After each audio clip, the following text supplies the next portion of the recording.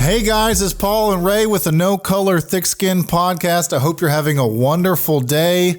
We are back here recording episode 9 called Social Programs. We are so excited to have you guys back here. Ray, how you feeling? Are you excited about this? I'm real excited, man. I think we are going to cover a lot today and have a real good conversation for sure. So, guys, we're going to get right into it, but usually, per the usual, we'd like to ask everybody, guys, if you could just take a second right now, pause the video, hit that like button, hit that follow button, and share us with your Facebook or someplace like that. Let people know that we're out here tackling issues that are, seemingly not politically correct to talk about. We're going to tackle them here. We're going to have a good conversation. We're going to talk about why it's there, why it's so weird to talk about, and all that stuff, all the start and the end and all the in between. So please like and share if you can. Ray, how was your week? Man, it's been a up and down week for sure, man. I think on Wednesday, man, I woke up and I thought my shoulders were about to explode. Okay. Yeah. So I know it sounds crazy, right? Okay. So yeah, I had like a shoulder procedure back in like 2017. I'm sorry, 2007. I had a car wreck, had my shoulder worked on. So it was just a little deal. Did rehab and worked through all of that. But I've had just nagging pain in my shoulder for years.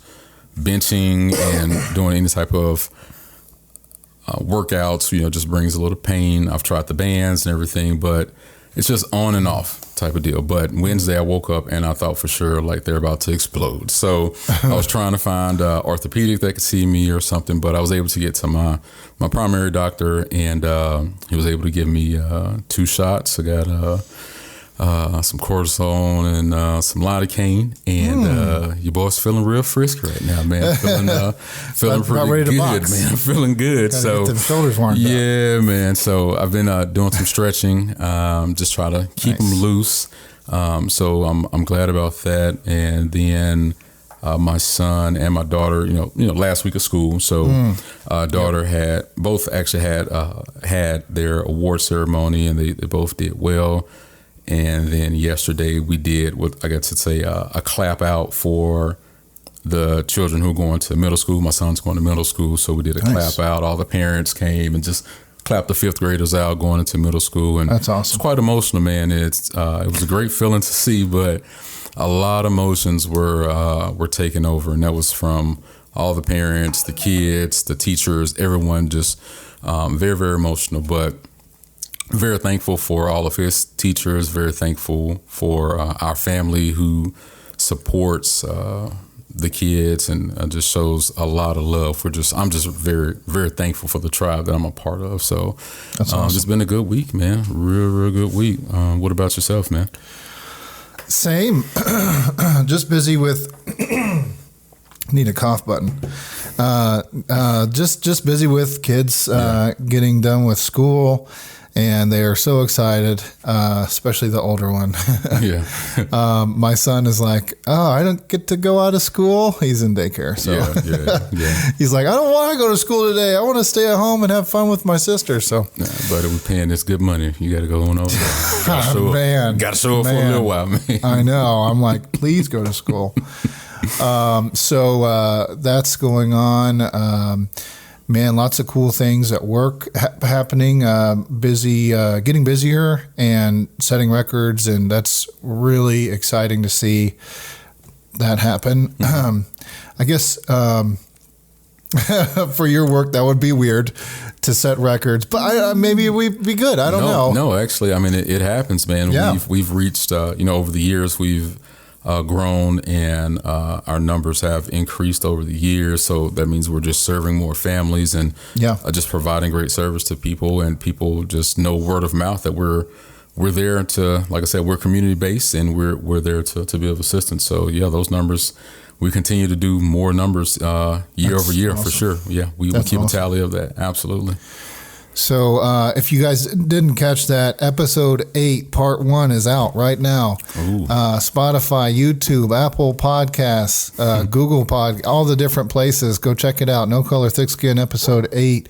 We got Ray's occupation, part 1. Part 1. Get to learn about Ray, what Ray does for a living. So, guys, that's about pretty much how my week went. That's working in that. Have you experimented with like anything new? I guess any new menu items or drugs. Things. Or okay. All right, man. I see what you on today. Okay. No, we're not playing. Okay, so actually, we have we had to make some changes because of costs. Yeah. And that kind of spiraled into like, okay, well, if this is what people want, that's probably what they'll pay more for. But also we can give them another offering utilizing the same ingredients, but doing it up in different ways. So slowly but surely, we'll be coming out with a secret menu, kind of like what In-N-Out has. Oh, fancy! But it'll kind of go off of like all of our regular customers have a special thing. Either it's a dish or it's a special way they do up their French fries. Like for example, Hank's way. Hank likes his fries with smothered in cheese, onions, jalapenos, and bacon. Hank's way. Okay, Hank. So, all right. So that's some good stuff right there. But anyway, that's the kind of stuff. As far as like new entrees and stuff like that, not yet. Okay. That'll probably be in the works not too long from now. But this is getting into our busier season, so we probably won't be making big changes. Yeah, I was going to say you probably want to just keep it consistent and make sure you're just focusing on that service. So, but no, I mean the secret menu, that sounds pretty cool. You'd be out in the country, y'all. Got a secret menu out there, and that's cool. Bringing some pizzazz out to the country. So we got a lot of regulars, so they're always kind of looking for what's new, what's different, and we can just be like, boom, try this Hank's way or whatever it happens to be, or try a heart attack or a big sloppy or something like that. Okay, it's weird names, but have the heart attack and go see Ray. Yeah, exactly. Get the big sloppy. Get the big sloppy and go see Big Ray see Big Ray. Nope. Ooh. Oh man. So probably, hopefully not. Although, hey, listen. Like I said, I never wish anything on anybody. There's no bad juju or anything. But if something happens, call me. See Ray at 151 Coffee. Yeah, right? You can, for sure. Could see that. Yeah. Anyway, so today, guys, we're going to be going through a few of the social programs that we have in the U.S. and kind of where they came from and kind of, what we think about it. As always, this is an opinion show, right? So we're going to be giving our opinions. Some of these things we have personal experience with. Some of these things we just looked into and stuff like that. But, like we've said before, we can have opinions on this kind of stuff. We're adults and we're responsible, and we need to know about them, and we need to, have an idea of what it is. Absolutely. So, Ray, where do you want to start? So I guess when we're talking about social programs welfare, and I was saying social programs, government assistance, welfare, welfare, especially in like the Black community, just has that full-fledged negative connotation as a word. We used to back in when we were younger, like if like you found out somebody was on welfare, like people would talk bad about you. They'll sing crazy outlandish songs and point and laugh at you and do stuff like that, which it's out of a kid's control. Like a kid can't determine if their parents can or cannot provide for them if they need some assistance. So, but being immature and the kids where we grew up, they didn't care. So, I guess when it comes down to the social programs and the welfare and having assistance from the government, I think we have to look at it as what is it that the programs are trying to do, especially those like stipend-based programs? Is it the programs want to, assist low-income people with being comfortable and just give them things, just the stipends that they need at that time? Or is it more along the line of being like a stopgap? Something that, hey, you're in a difficult or tough situation at the moment. We're going to provide you with certain aid to assist you and give to you all, but this isn't supposed to be something that is like permanent. long-term deal, permanent thing. This is just something that's here to assist.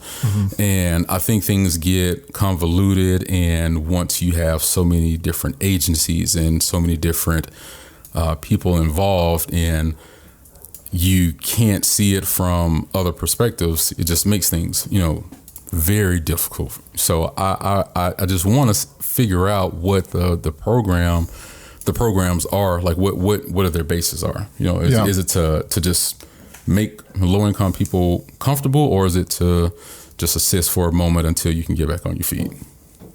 Type of deal. So I've always, I guess, so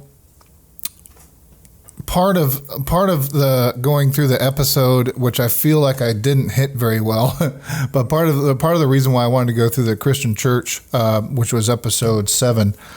7 Heaven. That's what I remember. By the way, guys, I'm having trouble getting the last bit of that episode on video. I don't know what the deal is. We'll work it out eventually, probably. But if you go to Spotify, you can listen to the whole episode. But for sure.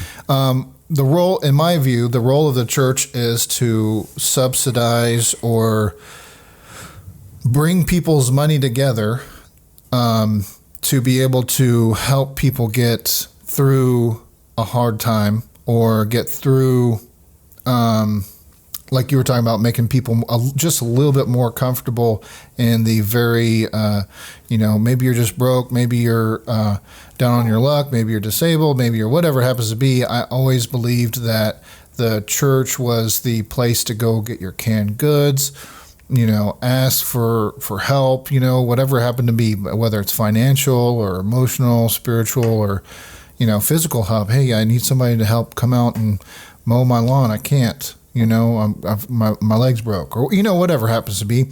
I know when I was in church, when I was a young kid in church, there were all kinds of youth things that we would go do, where we would go and fix up somebody's house. We had somebody out there doing carpentry. We'd paint, and usually it was somebody that really needed it, Yeah. So I've always looked at welfare or any kind of social program that the government puts out there as like, it should be like ultra supplemental. But not everybody is a Christian. Not everybody has a church. Not everybody, so I get why, some social programs should probably exist, right? But just like everything else, like I feel like to be an adult is to be responsible, and part of being responsible for what you have or what you want to bring into the world or whatever it happens to be is to be able to provide for that. When you say or be able to afford. When you say ultra supplemental, like what are you saying? What do you mean? In my opinion, I always thought, so this was when I was younger. I always thought that like the church would be the first place that people would go to for like financial help or something like that. And then, if there was some kind of governmental help or something like that, that would be like, whatever that last bit was that you needed. But in actuality, as I found out when I became an adult, it was kind of like the opposite. Yes, like the government was providing the majority of it, and the church is like, oh, hey, we can help with this. A little bit here, there. So, as you get older, you kind of learn how the world works. And I was fortunate enough in life to fail. And I got to learn, And there was at least a couple of times where I had to take government assistance, whether it happened to be, unemployment or I'll just say it. We were on food stamps there for a little bit.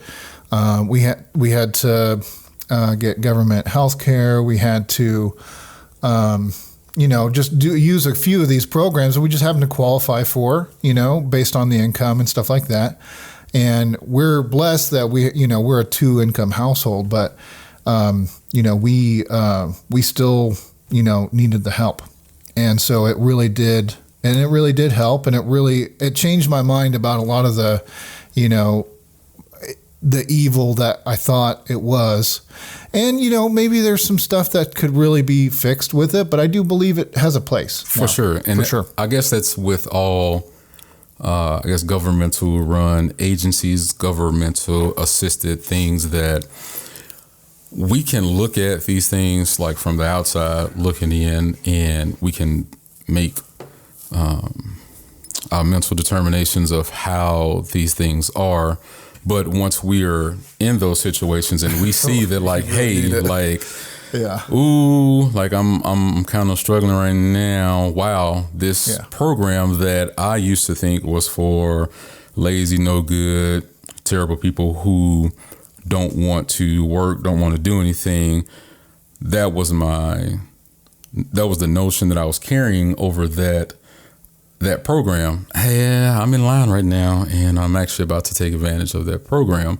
And a lot of people don't realize that even, with welfare, the governmental programs, that there are so many things that we all take advantage of really daily that are things that are quote unquote considered to be government assistance. I mean, I don't care if you get, even if you have a home and your interest rate, like your mortgage interest rate, is changed. That is something that the government has done to change that, to lower your interest rate on your home. That is a governmental assisted deal that is happening. That's taking on, like, that's real. Yep.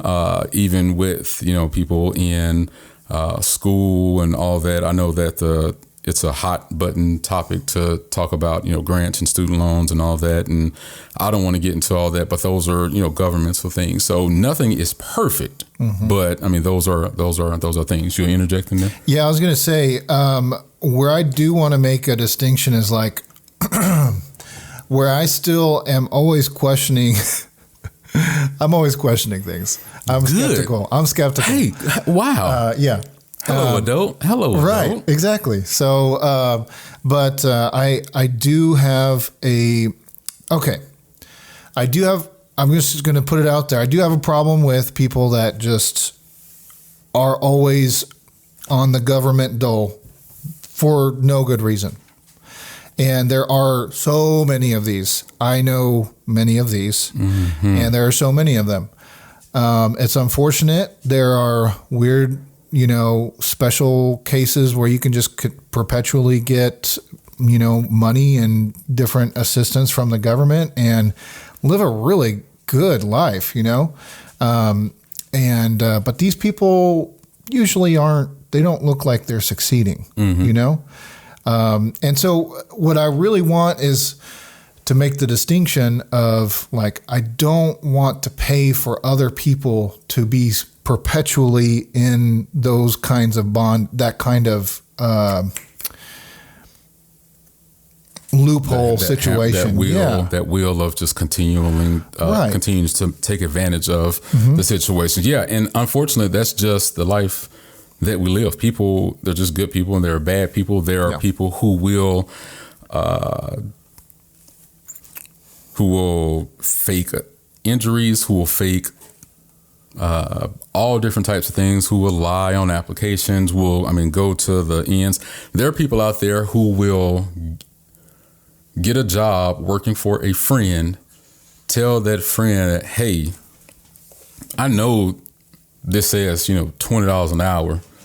I really need you to only pay me $14.50. And it's like, whoa, why? Well, if you pay me $14.50 or if you pay me $15.50, I can still get this government assistance over here. But if I get to 20, I'm not going to be able to supplement. I'm not going to be able to get X, Y, and Z. Yep. And those are the people who play the system and make it difficult for the people who actually need those funds and need that assistance, and you get into that rat race of, do you want to cut this? Do you want to cut that? The budget is this.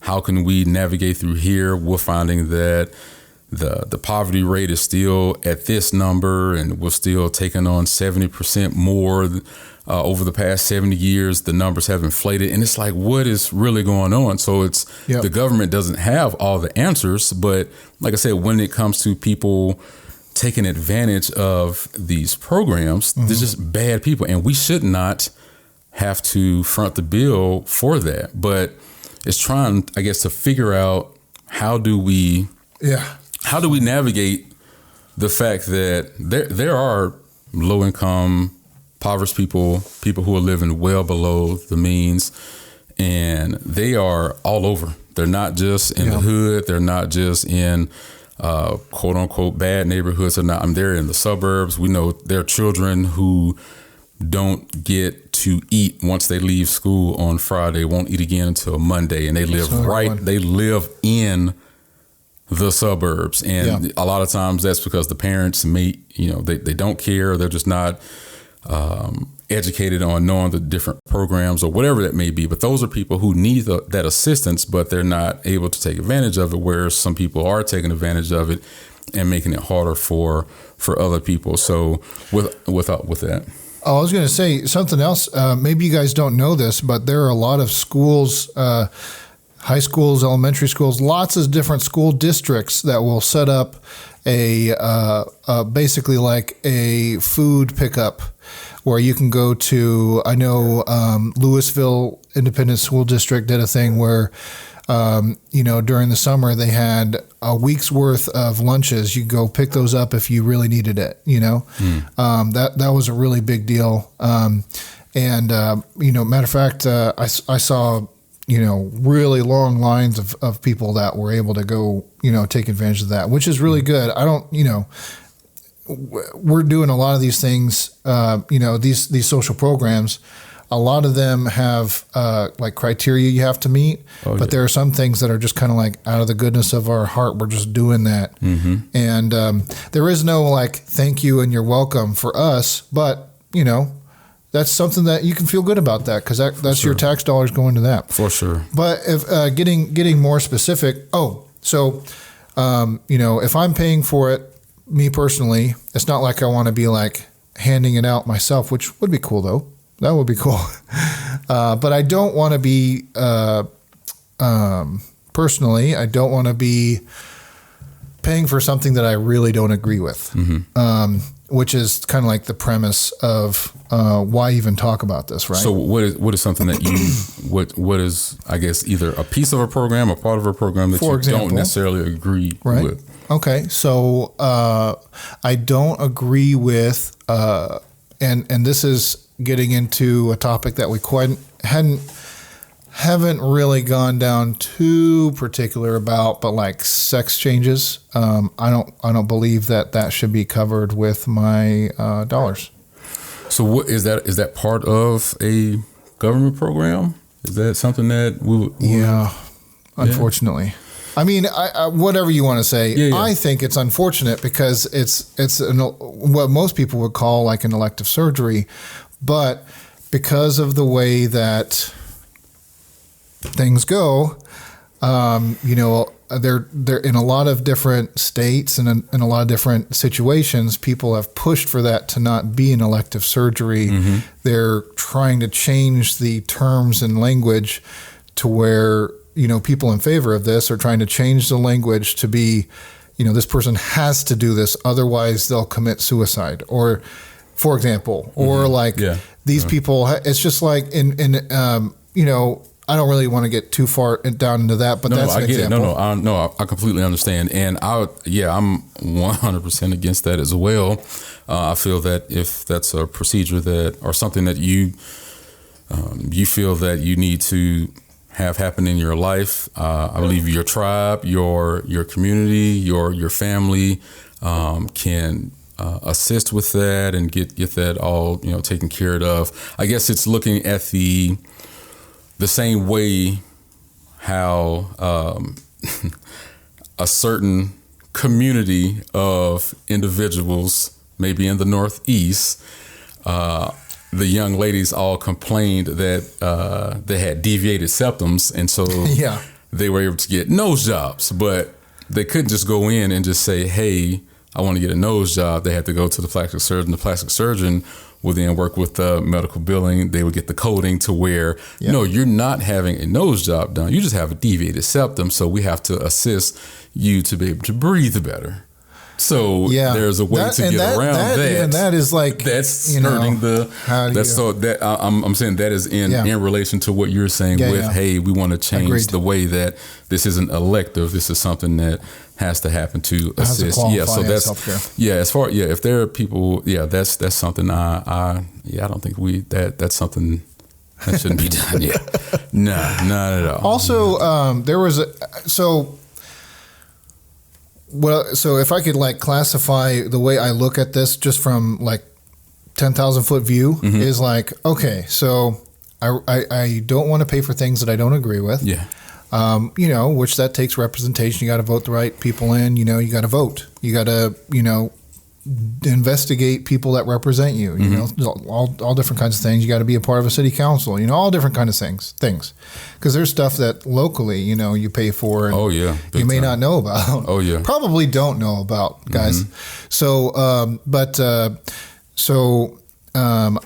don't want to pay for something I don't agree with, but I also want to make sure that, I lost it. Where'd it go? I also want to make sure that, moving on from that. Are you thinking that the money gets into the right hands or the yes. So you want to make sure you're voting the right people in, what's going on in your city and all of that. So is that kind of along those lines. So I had something else, but also if the thing is, this is just a fact. As soon as a government organization is created, it will only ever grow. And there's a very few. There are very few examples of a department getting shut down.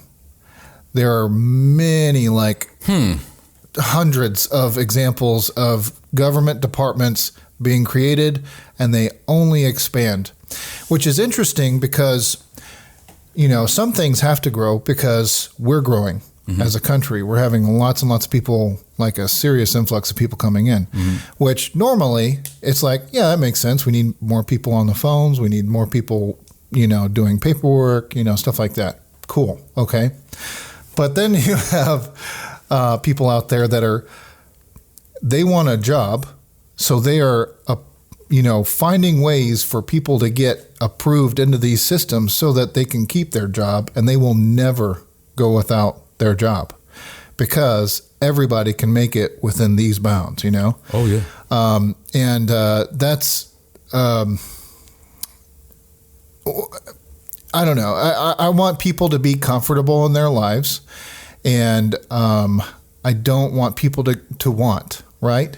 But I believe that I'd rather give them money out of my own pocket before I sent that money to the government and paid 20 people to do the one job of handing them money. Something out. Yeah. And that's with the way government things are structured with the way that we get paid. So there's a certain amount of money that's taken out for your taxes. There's money that's taken out for if you have insurance, that's taken out for that, and then the Social Security. And we hear almost every couple of years we're hearing something about how Social Security is going to be taken away, or they're going to get rid of this. There's not enough money in the account to be able to pay everyone. We have people living longer. We have people drawing Social Security earlier now because they understand, like, hey, I can draw it at, I think it's like 65 or something, like somewhere around 60, 65 or 66, somewhere around there. You can start getting it, and a lot of the people are like, hey, I've been putting into this, I'm gonna go ahead and get mine. And it's like, hey, I've been working since I was 14 personally. So if I have to work from 14 to 65, is the money gonna be there that I put in? Like, what's gonna be there at that time to where you all are going to supplement for me? because I've been putting into this fund, I've been giving towards this, and if it's, scratch their back, and then somebody's supposed to scratch my back when I get to their age, is my back gonna get scratched, or am I gonna be out here trying to scratch my own back because I already gave all my money and I don't have anybody scratching my back? So okay, maybe we could talk about this. All right, so you're talking about wanting to get the money that you put into Social Security back out. Well, either way, or just make sure that getting it's your money's worth. Yeah, well, yes, yeah. Okay, so that money is not going into an account. That money is going directly, just so everybody knows, when this was first created, Social Security was first created, the only way that they could get it to get approved was as basically an insurance. Mm-hmm. And it's an insurance that's paid through your payroll tax, and it's a government thing, right? So you have Social Security, you get a Social Security card, you got a number attached to that. There's all kinds of weird things associated with that. Yeah. Suddenly that became like basically your citizenship. Oh yeah. Weird. Crazy. So that was all built out of, okay, you want to retire. Back in the day when this was first created, it was during, right around the Great Depression time, and maybe the 1950s. So it's probably like 20 years after that. Anyway, so it was like 1% was paid by the employer and 1% was paid by the employee. Nowadays, it is very different, but similar. Mm-hmm. I mean, the percentages are much higher, much higher, and people are living much longer. Back in the day, they were living. I want to say it was like men were living till, I don't know, 55, 57 or something. 57. I think like 55, women was a little bit further, like 63 maybe. Yeah. And now lifetime expectancy is like 80. Oh yeah. So we got way more people living into their elderly years, and the idea was, okay, you retire, you're not really good to work anymore, right? So you're old. That's weird to think about too. Like in your 50s, you're ready to be done working. But I mean, you're looking at it with the goggles of today. Yeah, you're looking at it. It probably worked really hard back then too. I was going to say it was a little different. Hard work. Yeah, it was a little different back then. But anyway, so all I was going to say is that the money that you put into Social Security is going directly into whoever's drawing it currently. There are no accounts with Ray's name on it that are saying boop, boop, boop, boop, boop, oh, boop. for sure. Yeah. So, but they do have record of what you're paying in right now, and then that will be drawn from people that are later paying on Social Security. Yes. Will it have a different name in the future? Probably. Will it have, when we get there, will it have the same amount of money? Who knows? So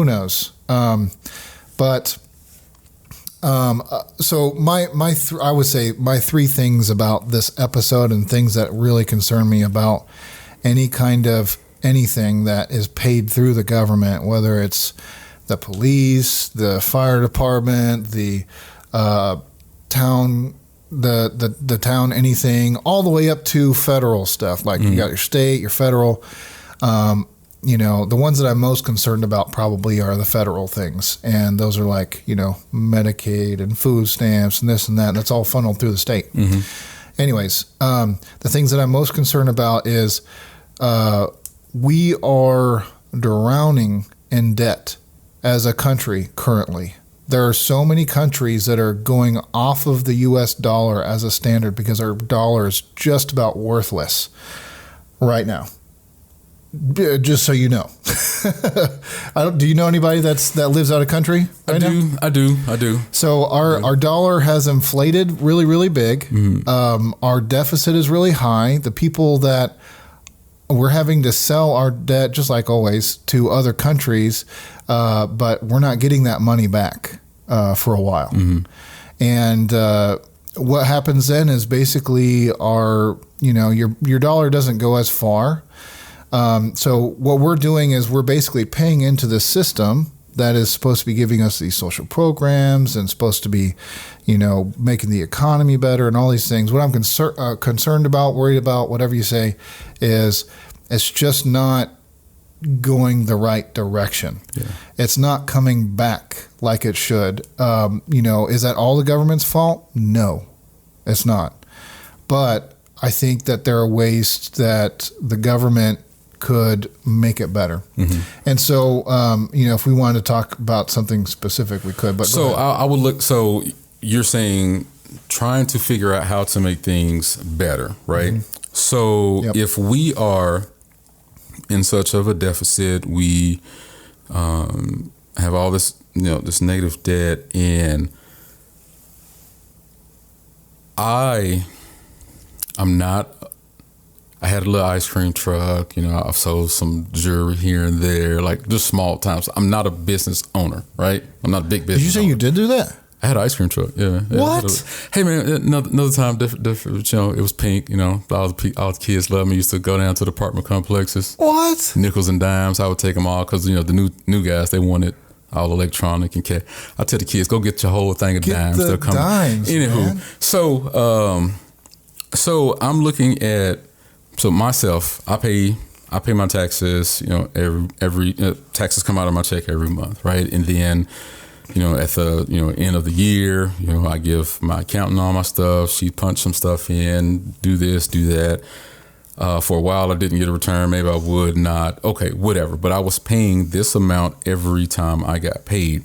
And when we started to look at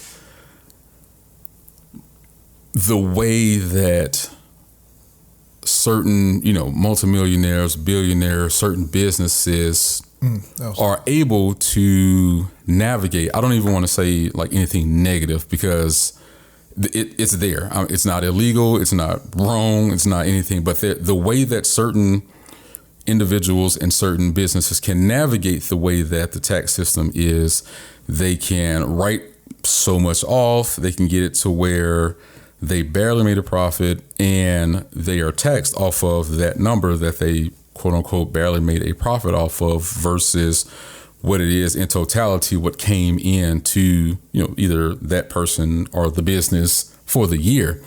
And I just wish that we could just get to a place where it's like, hey, just across the board, across the line, we just pick one number between 3%, 9%, I don't care what the number is, but let's just keep the same energy across the board to where it's like, hey, if we want our country to be the country that we want it to be, let's all take responsibility and, hey, this is the number, this is what we're doing.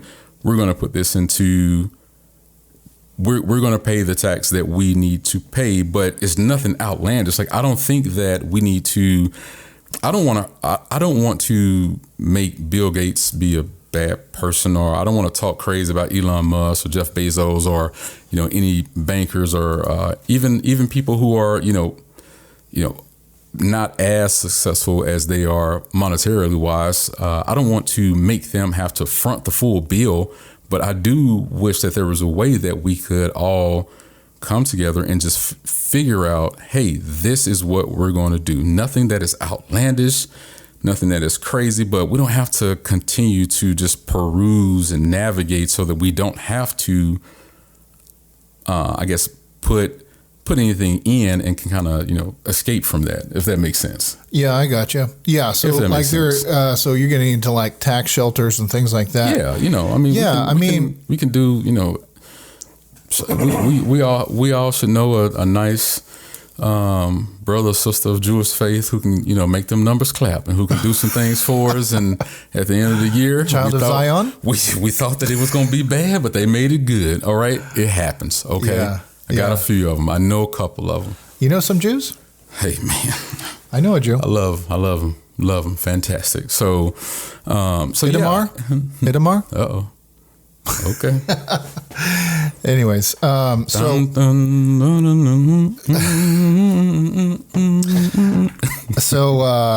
that's what. So from that standpoint, I'm just wishing that I know that would help so much with the deficit and the the dollar not having the value that it has, and us having to rely on other countries to, like I said, assist us in these times. If we all just, like I said, as we're supposed to be Americans, we're supposed to be great, we're supposed to be patriotic, we're supposed to be all of this, like, come on, guys. Like the hardworking people are paying, X, Y, Z into this. And then, Texas is great because we, it's just us. Like some, states like New York, I think people are paying like 40% of their check. I wouldn't be able to do it. Yeah, I wouldn't be able to do it. That's crazy. Just to be able to look at the Empire State Building and some water and no, that's insane. That's a lot of money that just the everyday people are paying into. Whereas, you'll have a multi-billionaire, Warren Buffett, used to always say, oh, well, my secretary, she pays, more in taxes than I do. That's not, what are you saying? That's crazy. I mean, everybody. It's crazy. I would say that, although I share the same sentiment with you. I feel like as I've gotten older, that my view of that has changed also. Because not that you're, whatever, but I would say, in my view now,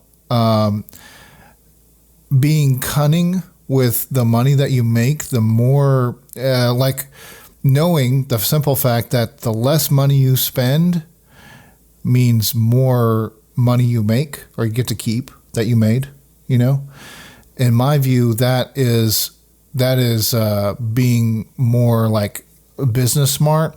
I don't think that it's okay that people have, like I was saying, like tax shelters and things like that. People that make the most money out of all of us aren't paying any taxes. Mm-hmm. That doesn't sound right, obviously. It's not right. Don't take a salary, put something in your S Corp and then have a trust front that bill. Right. Take a loan out from the bank. The bank gives that, you put that and you pay the bank off, but you're not taking a salary because you don't have to live off that. You give them a little bit of equity in your business, and now you don't have to pay any taxes. I will say, I do. All that being said, I do want to figure out a way to pay less taxes legally. Sure. I get it. And if I could, I would. I would pay no taxes if I could, and just live off the land. Shoot, that's me. But I realize that there's a definite need for roads, bridges, police, water, sewers, all these different things, especially municipal level. Yeah. Federal level, we got to have military. Federal level, we got to have some from, top down leadership. But we got to have, all these different organizations within the government. We got to keep as a whole. If I'm talking about all these different programs from welfare all the way down to food stamps, or healthcare all the way down to food stamps. We got to make sure that these are, difficult to get, mm-hmm. and they are difficult to keep, and they go to people that are very well qualified. And I know that personally, after going through some of the process of having to get, for food and stuff like that, it was difficult. Mm-hmm. It was, but it wasn't that difficult. Yeah.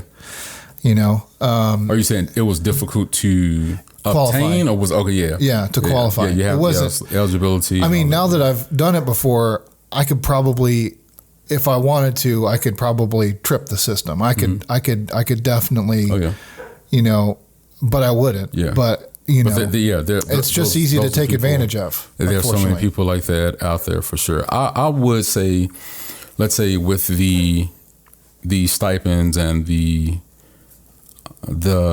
things that the government gives to people, like the needy families and the things like that, I wish that there was a way that people couldn't just stay in the house or be at the mall just hanging out and just doing stuff. If you're getting like government assistance for something, you need to like get up, go somewhere, and like be like at a place like at 8:00 in the morning. You tap in, with organizers there.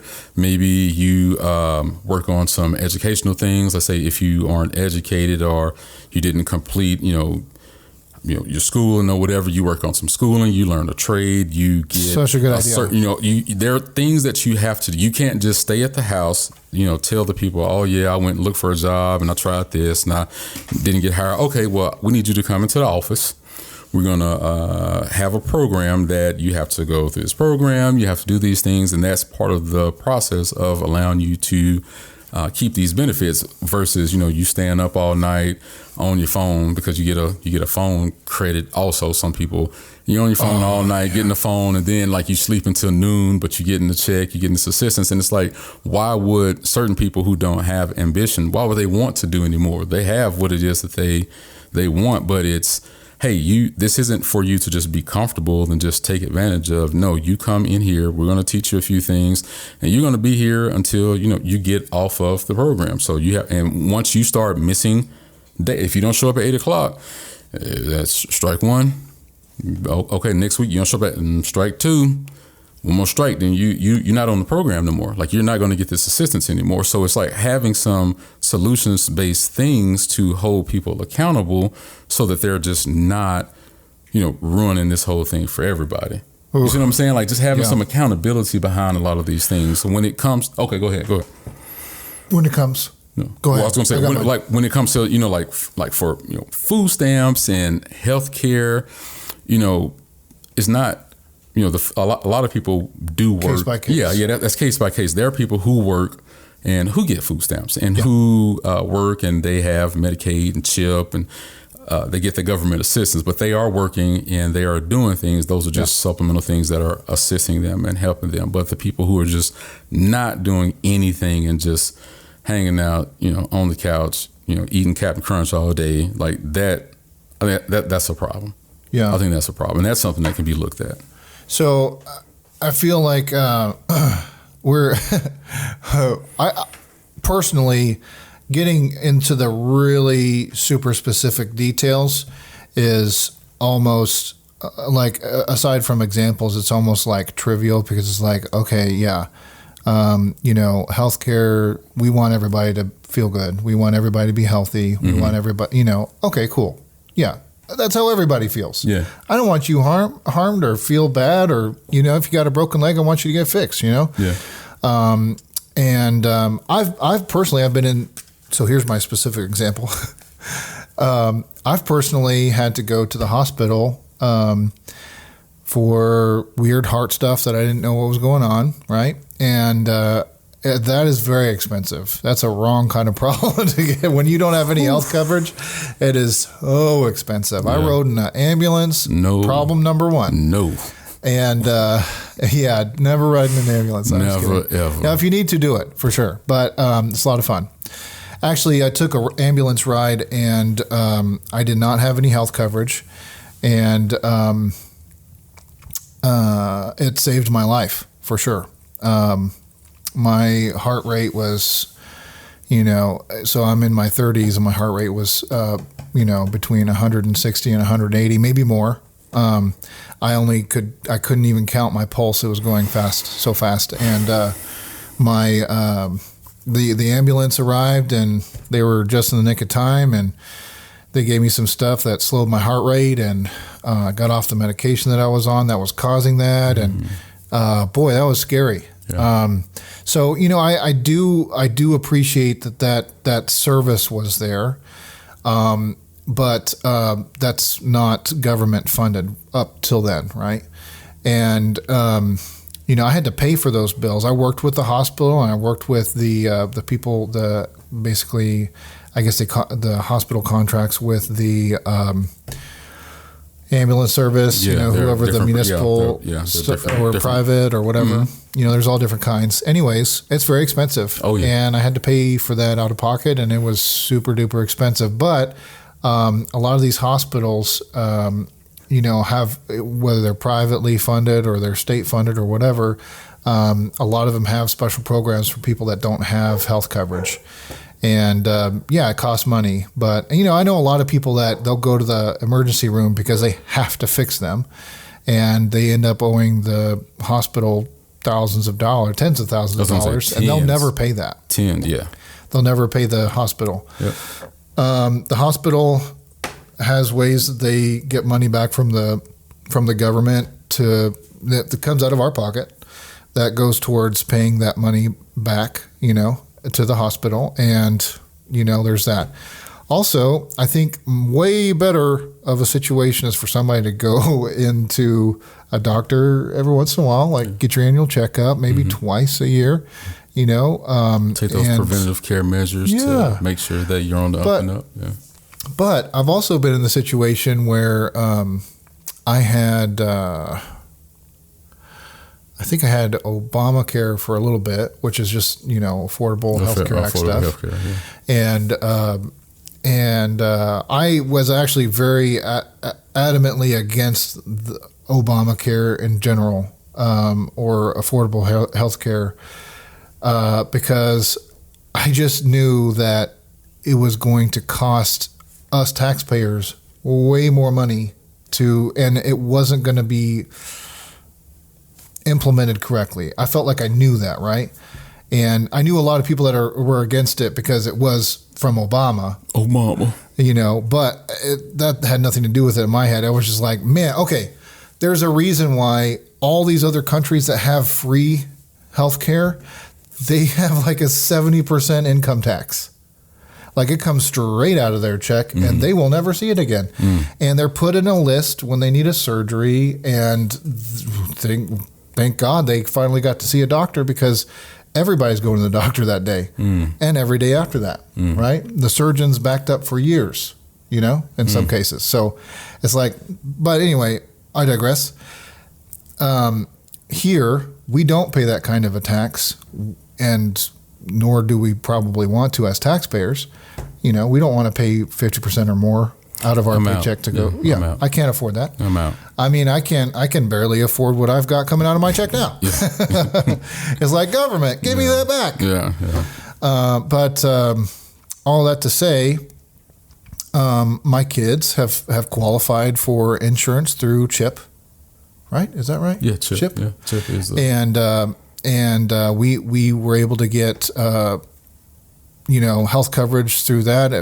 Children's health insurance helped us out with a bunch of things for probably a year or two, where we were able to get health coverage that if we went to the specific places that we could get health care at, then it was covered. It was just covered. They take care of it all.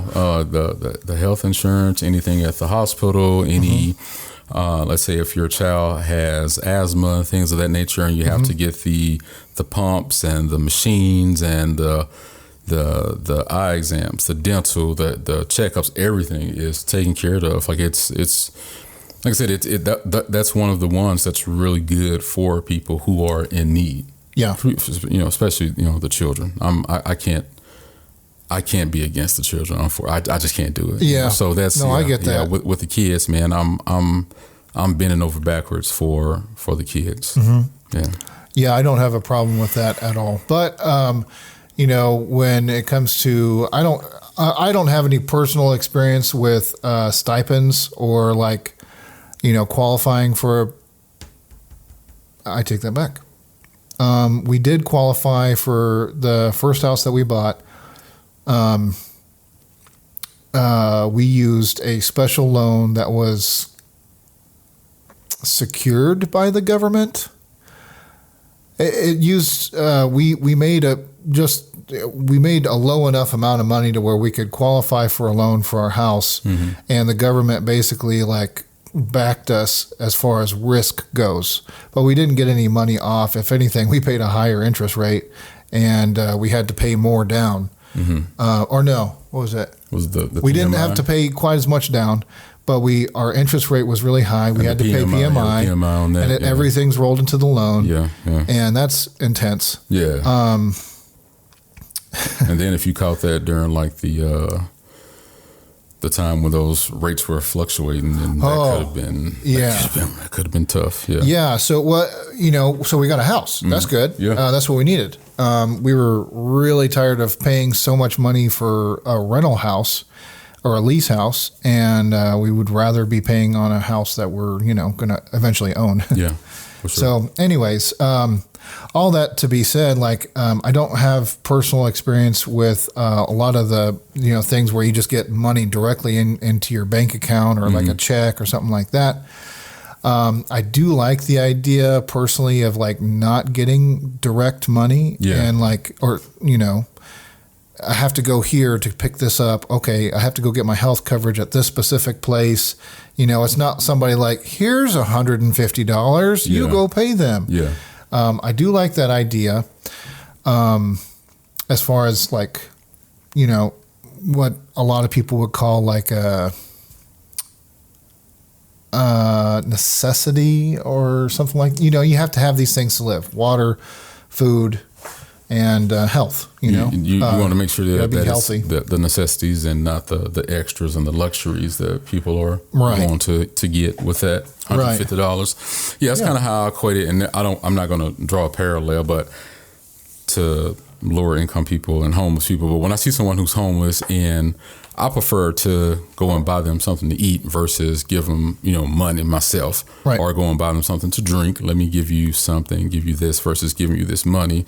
I don't know what you're going to do with it. It's not my business to know like your background or anything, but I just feel better as a person knowing that I'm giving you something versus just this monetary thing, and you could do whatever with it. But I mean, with you know, growing up on, you know, on food stamps, we grew up on food stamps, and this was before the whole you know, EBT and, you know, the cards and stuff. We had the old school deal where they would send you, you know, that colorful money, and it was like a packet, and you. Oh, really? It was like a packet of, you know, of food stamps. It was legit and they were stamps. Like, did it look like one of those manufacturer stamp or things that you take in like a coupon type thing? It's almost like a coupon book, pretty much. Yeah, just colorful money, coupon book deal, and you just go to the store, pull it off, and pay, and you go from there. So I mean, we grew up with the food stamps, but you know, there's always like there's a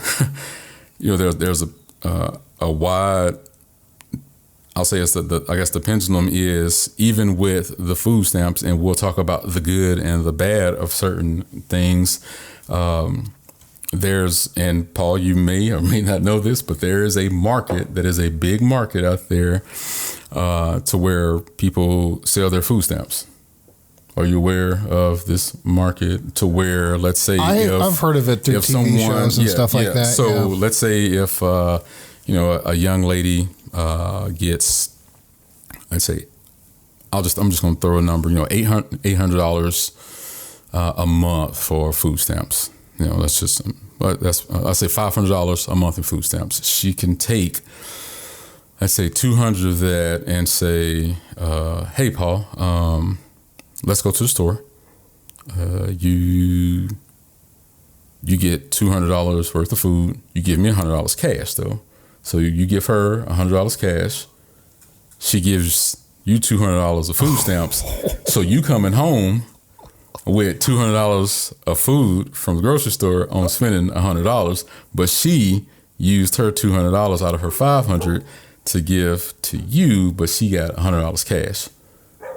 So she's basically like cashing out, but at a half. Star card, but at a half. Wow. So you can do the, you know, the 2 for the 200, 2 for the 1, and do it like that. That is a huge. We are not condoning this at all, guys. Hey, listen, I'm not confirming or denying or saying anything. Hypothetically, allegedly, from what I've heard. Yeah. You know, just in life and just perusing the internets, that this is something that possibly may happen. So so that's something that people do, and it's like, well, do you consider that to be fraud, or do you consider that?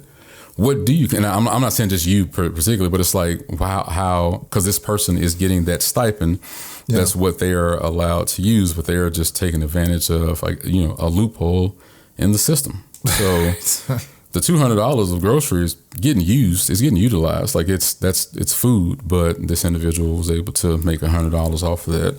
That's neither here nor there. Like I said, that's just something that's just out there in the world.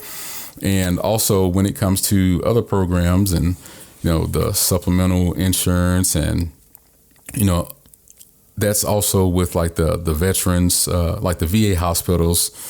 Those are real tough. You know, I frequent the VA hospitals quite often. It's the big one is there in Dallas, and for work to as we're serving families. I've gone out there a few times, and man, it's so tough what they put our veterans through just to try to get approved for the ailments and things that they're going through as well. So it trickles down, when you have people taking advantage of these programs and lying about their, being hurt by this and hurt by that. I mean, even the veterans hospitals have to even look at our veterans a certain type of way to make sure that they're staying on the up and up. So that's tough, crazy. Man. Well, so people are trying to find loopholes for different things and stuff. I don't know. Like I definitely, I know that the food stamps thing, if you get food stamps, it's to buy you food. Yeah, for sure. And, food is worth money. And whether you do it, like you buy somebody food there, or like you bring a turkey home and you sell it for $20, like that's you're doing yourself a disservice, in my view, because like you're going to need to eat food, and some people don't eat food; they drink their calories and beer and stuff. So maybe don't do that. But let's say if you're buying a couple of steaks. Prime choice steaks versus 50 pack ramen noodles. Yeah. So it's like, that's pretty. Hey, like you're buying the food, but like the 50 pack of ramen noodles is the same as these 2 to 4 steaks, and it's like so you can stretch this a little different. Oh yeah. But and it only went towards certain things, but they do still have that for certain things. But you can't, like, there's only certain foods that are approved, but I'm guessing that, not everybody can eat certain things. So they're like, you know what, let's open it up to the deli. You have to. Or something like that. So you have to. But yeah, I don't have so much. I mean, I know that there's going to be, at least I don't know, maybe that is a big amount, but in my mind, it seems like a small amount. Yeah.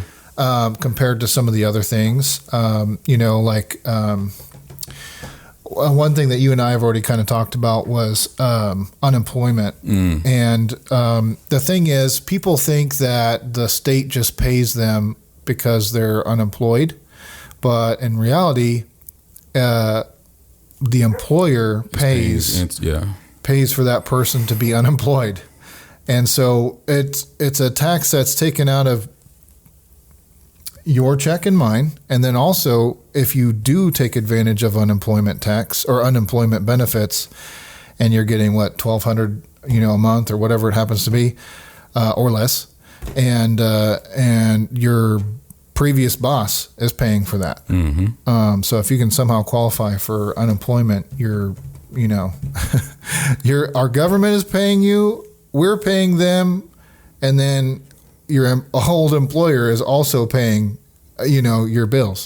That's crazy. So what I've seen and what some of my mentors and friends have shared with me to peruse the system and navigate those waters is, although Texas is an at-will state to where right to work, and you can, or you can fire somebody whenever. Whatever that there are caveats. There's a whole as far as anything that's not racially and discriminatory and all that stuff. You're fired because you're black. Oh shoot! Can't just be like, hey, get your black man. Wow. You can't say you're fired because you're old. Nope, can't say that. Your old ass. Can't do that. Yeah, for sure. But if you just say you're fired, so you can get out of there. But when it comes to, let's say, having someone who is maybe unruly or unjust or whatever, first try to, from what I'm hearing, is if you have as many part-timers as you can, that helps with being able to navigate those waters, and then stop putting people on the schedule. So once you stop putting that person on the schedule, they're not able to make money, then they quit. You didn't get fired. You left. And a lot of places will try to do that. But you can still open up actually you can get Texas Workforce Commission after you if you if you do that the wrong way. But if you do it the wrong way, the wrong way. Like if you just take somebody off the schedule and you've agreed. I mean, it's a right to work state. I don't know. There's all different kinds of ways to get in trouble. There are a lot of different ways. A lot of ways. But I'm not condoning like doing this. Like I want everybody to, if you want to work and you're. My grandfather always say, be a pleasure to work with. So just be a pleasure to work with, man. Just be a good person and just show up to work and be a pleasure to work for. Yeah, be a pleasure to work with. Yeah, all of that. So be a pleasure to work towards. Okay, here we go. Philosophizing. He brought his words with him today. He cooking today. So. So we kind of went through that unemployment. It's a weird thing, but it kind of goes back to the thing of like I want it to be temporary. You know, like everybody has. I've had.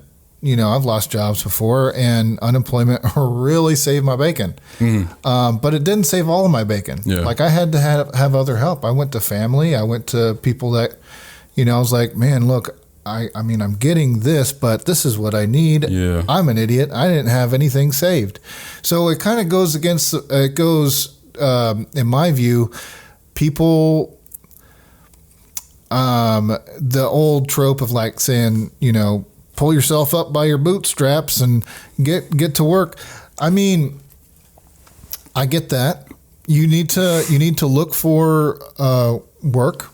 And you're not going to make the same income, working at some desk job as you are mowing lawns. Yeah. But at least you're making some kind of income for your family. And I think that's where my mentality is like, go work at Domino's, deliver pizzas, go mow a lawn in your neighborhood. Just start with your neighborhood. And a lot of people have done this, and they've created very successful lawn companies. But I lost my job, and this is what I did. Yeah, but a lot of people just don't have that work ethic, and they have that quote unquote shame or embarrassment or whatever it is that they. Or maybe they don't have somebody to watch the kids. It could be that. It could be. It's a lot of for sure a lot of different things. Nuance, but yeah. As far as anything else, like any other programs or things of assistance or social programs, like what?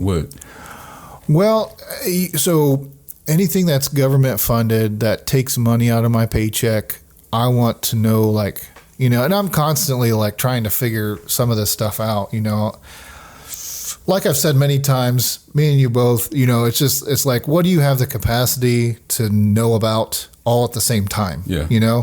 Like I'm trying to get better at my job. I'm trying to make sure my kids are successful at what they're doing. I got to be a better dad, be a better husband, be a better, all these different things, you're juggling all different kinds of things. So you got to basically in my opinion, you got to look at things from high up, as you're juggling all of these things, you're like, what are my priorities in my household? And for me, it's God, family, everything else. Mm-hmm.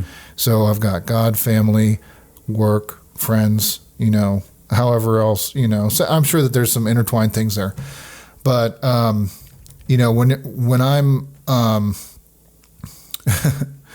when it comes to charity, I am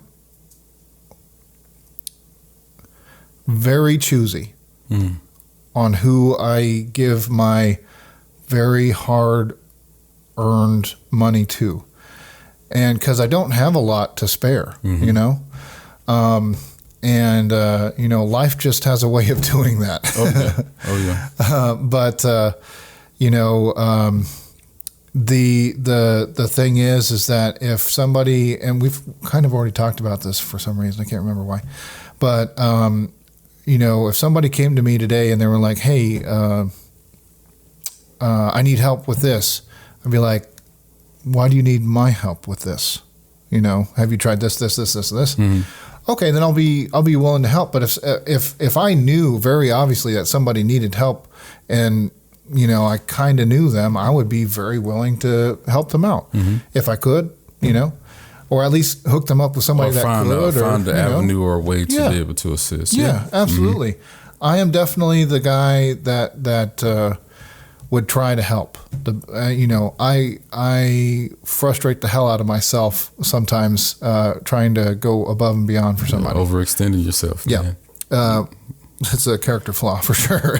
You got to slow that down. Yeah. But it's good that you know that about yourself. Yeah. It's good you know that about yourself. As far as these things go, it kind of is all encompassed into, if I give somebody something, like most of the time, I don't want to expect anything back in return if it's out of charity. It's like, here you go, but I want to make sure that you know what you're doing with this before you go and spend it. Yeah. Same thing goes for these programs. Like, I know that we're giving you money for food, but maybe don't buy 5 steaks and get some deli meat and some peanut butter and jelly and fix you up with some of this bread. Throw some of that bread in the freezer, man. Use one of those Uncrustable thingies and make yourself some stuff for the kids, really make that money stretch. But you can't do that for all these different programs. They're not sitting there going, okay, now make sure that you da-da-da. If it qualifies for whatever you can spend the money on, it's gone as soon as you give it. It's gone. Yeah. But I guess in conclusion, if we're there, is there anything else you want to talk about? Yeah, I think I hit everything that I think we needed to. Okay. I guess in conclusion, I do believe that some of these social programs came into existence for a reason. There was a purpose they were supposed to fix, and some of them were more successful at solving a problem than others. And some of them we're still got to figure out. And as time progresses, we need to continue to make these organizations better. If nothing else, I hope you guys look into what social programs there are that apply to you, and maybe you could have a better hand in something. If you're one of those people that's like, I don't really need anything, maybe you should be one of those people. Maybe it's you that needs to be out there like, hey, let's make this better. I know how to make this better. Yeah. That's all I got. Getting more involved with your city, with the county that you live in, just trying to possibly gain an understanding of where those funds are going. And you don't have to, run in the city hall being a Thundercat and, flipping tables and cussing out the judge and, talking wild to the city councilman. You don't have to do all that. Sometimes they need that, Ray. Well, hey, listen, I'm trying to give you a plan of action first, all right? Let's do these first things first. Now, once we're not getting what it is that we want, then we could be some jump starters and we could do something. But, now go in, try to figure out, where are the dollars going? How can the community get better with certain things? We can't change the world. You can't change the whole United States. But if you can change where you're living, make it just a little easier for certain people that look like you or who do not look like you, that is a positive in making this whole place just a little bit better. And I think at the end of the day, if we truly sit here and just strip it all down and just get to where, hey, I want my life to be the best that it can be. I want my children's lives to be the best that it can be. I want our neighbors' lives to be the best they can be. If we're all thriving in some certain type of way, whatever side of town that we live on, that's perfect and that's good. So reaching back and giving to, some of the people who are less fortunate than you, not just monetary, like I said, just throwing them cash, but trying to figure out what are some things that can assist them and assist their descendants in being able to make certain changes in their lives to change the whole trajectory of their life. That's really what it should be about, trying to just make it better for everyone, just going forward and just making sure that these programs are being utilized the best way. And that's really what I have, man. That's good. Thank you guys so much for hanging out with us on episode 9. We would absolutely love, once again, if you could press that like button, that heart button that on YouTube, they have this little bell. And if you press it, you can change it to where it's ringing all the time. That lets you know every time that we post something, you'll get a notification. And then same thing goes for Spotify. They've got a little heart thing there, and if you hit that heart, it'll follow us, or hit the follow button, it'll follow us, and it'll let you know, it'll notify you on your phone when we launch a new episode. We'd absolutely love it if you could do that for us. Hit the share button if you feel so compelled to let your friends know what you're listening to or watching or whatever. Thank you guys so much for sticking with us here at a No Color Thick Skin podcast. This is Paul and Ray. Thank you guys so much. We'll see you in the next one. Peace. Bye, y'all.